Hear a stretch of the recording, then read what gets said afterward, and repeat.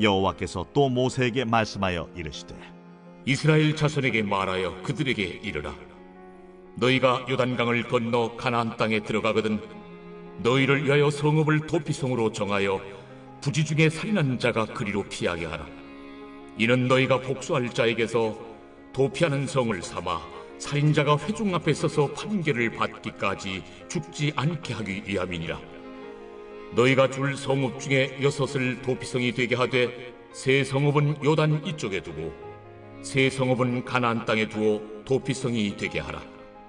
이 6성읍은 이스라엘 자손과 타국인과 이스라엘 중에 거류하는 자의 도피성이 되리니 부지 중에 살인한 모든 자가 그리로 도피할 수 있으리라.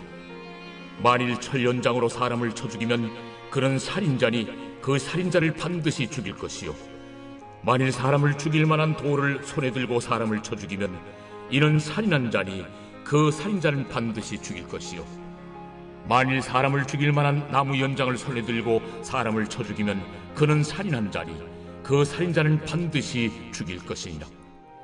피를 보복하는 자는 그 살인한 자를 자신이 죽일 것이니 그를 만나면 죽일 것이요, 만일 미워하는 까닭에 밀쳐 죽이거나 기회를 엿보아 무엇을 던져 죽이거나 아기를 가지고 손으로 쳐 죽이면 그 친자는 반드시 죽일 것이니 이는 살인하였음이라. 피를 보복하는 자는 살인자를 만나면 죽일 것이니라. 할렐루야. 오늘도 행복한 아침 묵상으로 하루를 시작하시는 사랑하는 모든 성도님들을 진심으로 환영하고 축복합니다. 오늘도 우리의 피할 곳이 되어주시는 주님 앞에 나아가 참된 위로와 힘을 얻으시는 모든 성도님들이 다 되시기를 예수님의 이름으로 축복합니다. 하나님은 실수가 없으신 하나님이십니다. 하지만 연약한 우리들은 늘 실수투성입니다. 오늘도 하루를 시작하시면서 어떤 실수들을 하셨는지요? 대부분은 우리가 의도치 않게 일어난 일들이지만 결과가 참 심각할 때가 있습니다. 우리의 말 한마디로 누군가에게 상처를 주기도 하고 우리의 작은 행동으로도 좋았던 관계들이 하루아침에 틀어지기도 합니다. 그때 우리는 우리가 잘못한 것에 대해서 부정하고 외면하는 게 아니라 주님께로 도피해야 합니다. 즉 죄로부터 자신을 숨기고 다시 돌아볼 수 있는, 그리고 회복되어 다시 일어설 수 있는 은혜의 공간, 오늘 본문에서 말하는 도피성이 필요한 이유입니다. 오늘 우리가 읽은 본문에서는 도피성에 대해서 설명합니다. 도피성은 단순히 피신처가 아니라 하나님의 공의로우심과 그 은혜로우심이 동시에 나타나는 은혜의 장소입니다. 이스라엘 백성들이 가나안 땅을 정복한 이후에 하나님께서는 그들에게 레위 지파에게 48개의 성읍을 주었고, 그중 요단강을 중심으로 요단 동편의 3곳을, 요단 서편의 3곳을 도피성으로 정하라고 명령하셨습니다. 이스라엘 백성들에게 도피성이 필요했던 이유는 이스라엘 사회에는 보복법이라는 것이 적용되었던 시대였습니다. 누군가가 죽임을 당하면 피해자의 가족 중에 피를 갚는 자가 나서서 그 생명을 대신 갚도록 되어 있었습니다. 그런데 문제는 정말로 고의로 죽인 경우도 있지만 전혀 의도치 않은 사고로, 실수로 사람을 죽이는 경우도 있었다는 것입니다.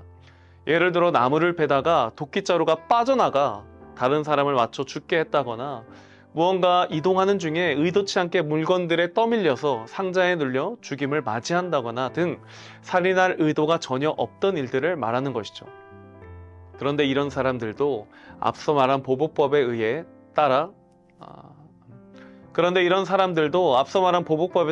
피로 갚아야 한다면 이것은 공의로운 것이 아니라 억울한 피해자가 생기게 되는 것입니다. 그래서 하나님은 이런 사람들을 위한 도피성 제도를 마련한 것입니다. 고의적 살인자는 엄중히 그 죄를 다루지만 실수로 인한 죄에 대해서는 피할 길을 열어주신 것이죠. 오늘 본문 16절에서 21절에는 고의적으로 살인을 저지른 사람들에 대해서는 살인죄로 죽임을 당하게 된다는 것을 명확하게 말씀하고 있습니다. 21절의 말씀만 읽어보면 아기를 가지고 손으로 쳐 죽이면 그 친자는 반드시 죽일 것이니 이는 살인하였음이라. 피를 보복하는 자는 살인자를 만나면 죽일 것이니라. 아멘. 하지만 이와 달리 하나님께서 이스라엘 백성들에게 도피성을 주신 이유는 의도하지 않은 죽음, 우발적인 사고로 인해 살인을 저지른 자들을 도피성으로 피하게 하시기 위함이었습니다. 도피성을 통해 우리는 하나님의 공의로우심에 대해서 확실하게 알 수가 있습니다. 공의로우신 하나님은 고의적 죄는 반드시 심판하시지만 동시에 자비로우신 하나님은 실수한 자에게도 은혜의 길을 열어주신다는 것이죠. 하나님은 결코 그 죄를 가볍게 여기시는 분이 아니십니다. 죄에 대해서는 명확하게 말씀하십니다. 그렇기 때문에 하나님이 죄라 여기시는 것들을 우리도 죄로 여길 수 있어야 합니다. 그러나 하나님은 죄 가운데 있었지만 다시 주님께로 돌이키는 자들에게는 한없는 은혜를 베풀어 주시는 분입니다.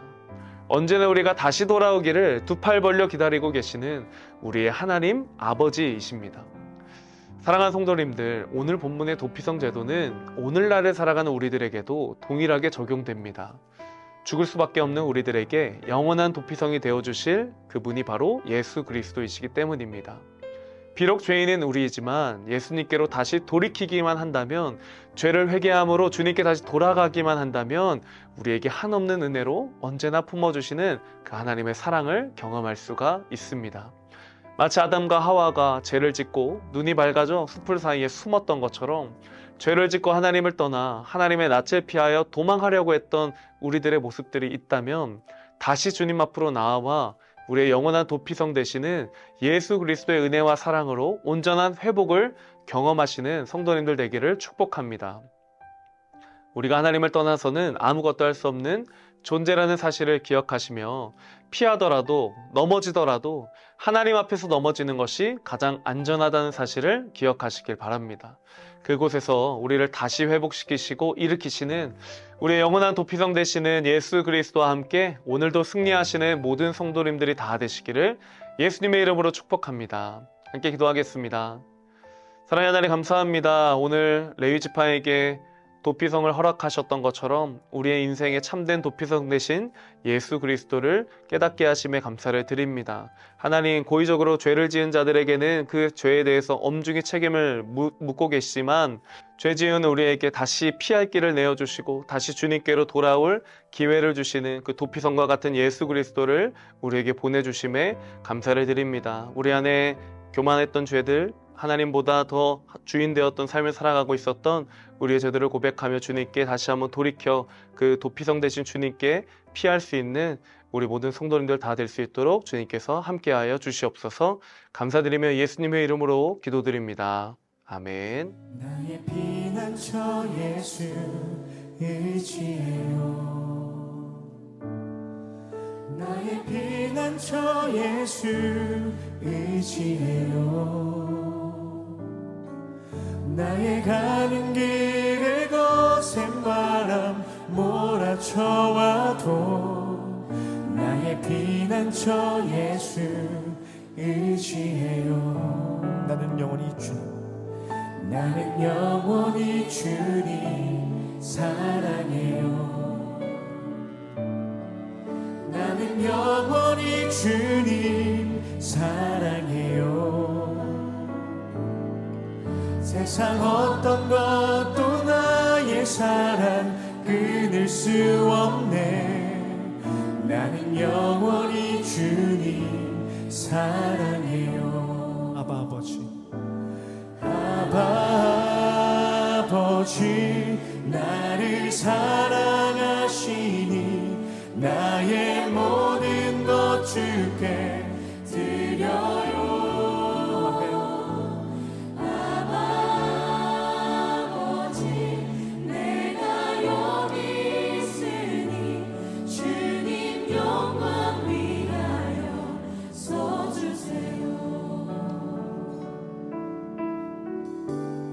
피난처 예수, 나의 피난처 예수 의지해요.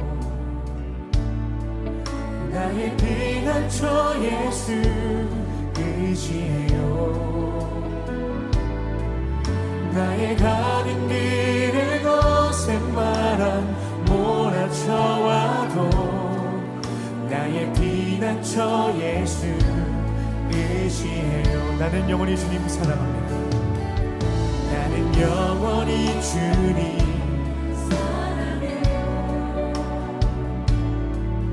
나는 영원히 주님 사랑해요. 세상 어떤 것도 나의 사랑 끊을 수 없네. 나는 영원히 주님 사랑해. 아버지